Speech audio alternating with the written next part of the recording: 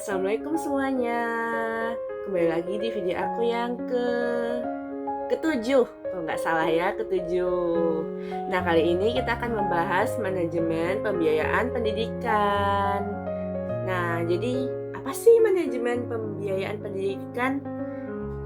Nah, manajemen pembiayaan pendidikan itu adalah usaha mengatur, merencanakan, menggunakan, dan mengevaluasi dana pendidikan agar tujuan pendidikan tercapai dengan tujuan utama, menjamin keberlangsungan kegiatan belajar mengajar secara efektif dan efisien.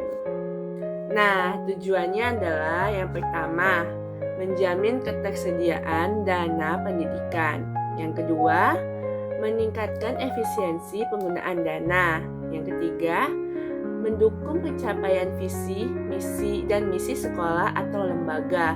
Yang keempat, menciptakan transparansi dan akuntabilitas. Dan terakhir, menjamin pemerataan kesempatan belajar. Nah, fungsi dari manajemen pembiayaan pendidikan di antara lain yaitu pertama, perencanaan, yaitu menyusun kebutuhan dana. Yang kedua, pengorganisasian, yaitu mengatur alokasi dan tanggung jawab. Yang ketiga, pelaksanaan, yaitu menggunakan dana sesuai program. Yang keempat itu pengawasan. Misalnya kita memastikan dana dipakai dengan tepat atau sasaran. Lalu terakhir evaluasi, menilai efektivitas dan efisiensi penggunaan dana.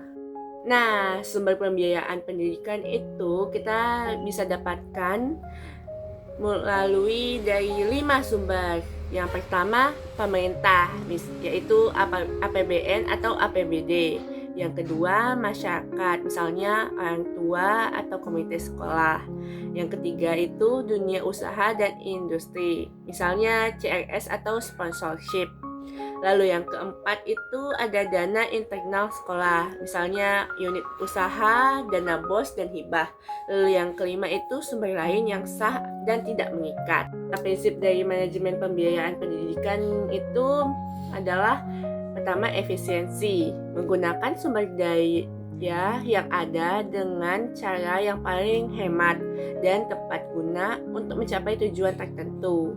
Yang kedua, efektivitas, memastikan bahwa pembiayaan yang dilakukan mampu memberikan hasil yang sesuai dengan tujuan pendidikan yang telah ditetapkan. Yang ketiga, transparansi, keterbukaan dalam seluruh proses pengelolaan keuangan sehingga semua pihak dapat mengetahui informasi terkait dana pendidikan. Lalu yang keempat, akuntabilitas, yaitu pertanggungjawaban penggunaan dana kepada pihak-pihak terkait dan publik, sehingga penggunaan dana dapat dipertanggungjawabkan dengan baik. Nah, sekarang kita masuk ke tantangannya. Yang pertama itu adanya keterbatasan anggaran. Yang kedua itu ketergantungan pada dana pemerintah. Yang ketiga, kurangnya partisipasi masyarakat.